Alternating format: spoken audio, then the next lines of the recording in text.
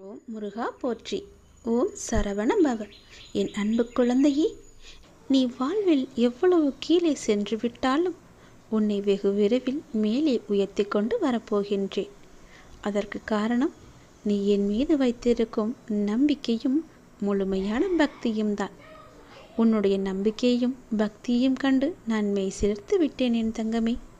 எந்த இக்கட்டான சூழ்நிலை வந்தாலும் என் அப்பா எனக்காக வருவார் என்று நீ ஒவ்வொரு நாளும் காத்திருந்தாய் அல்லவா?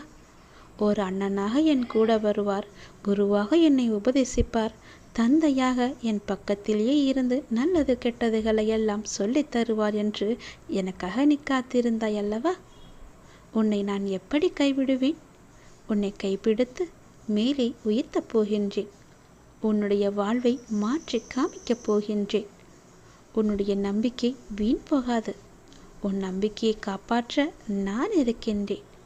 நீ எப்போதும் மகிழ்ச்சியாகவே இருப்பாய். நிச்சயம் உன்னுடைய வாழ்வில் நீ உயர்ந்து சிகரத்தை தொடதான் போகின்றாய்.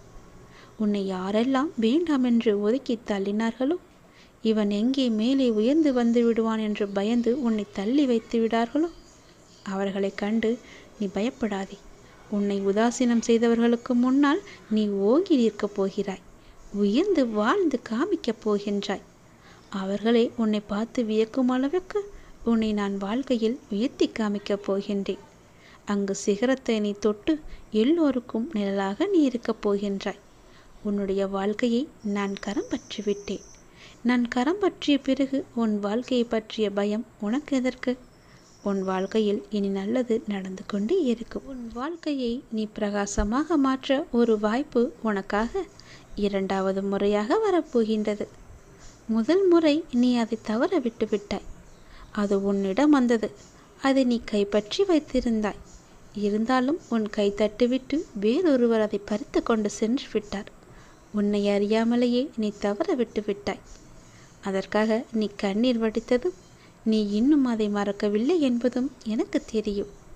ஆனால் இந்த முறை நீ நிச்சயமாக தவறவிட மாட்டாய். இருக்க பிடித்து கொள்வாய். பேரொளியாய் நான் உன் இதயத்தினுள்ளே வந்து அமர்ந்துவிட்ட பிறகு எந்த இருளை கண்டும் உனக்கு பயம் இருக்கப் போவது கிடையாதே. உனக்கென்ற ஒரு வாய்ப்பு நல்லபடியாக வரும்போது அதை நீ இருக்க பிடித்துக்கொள்.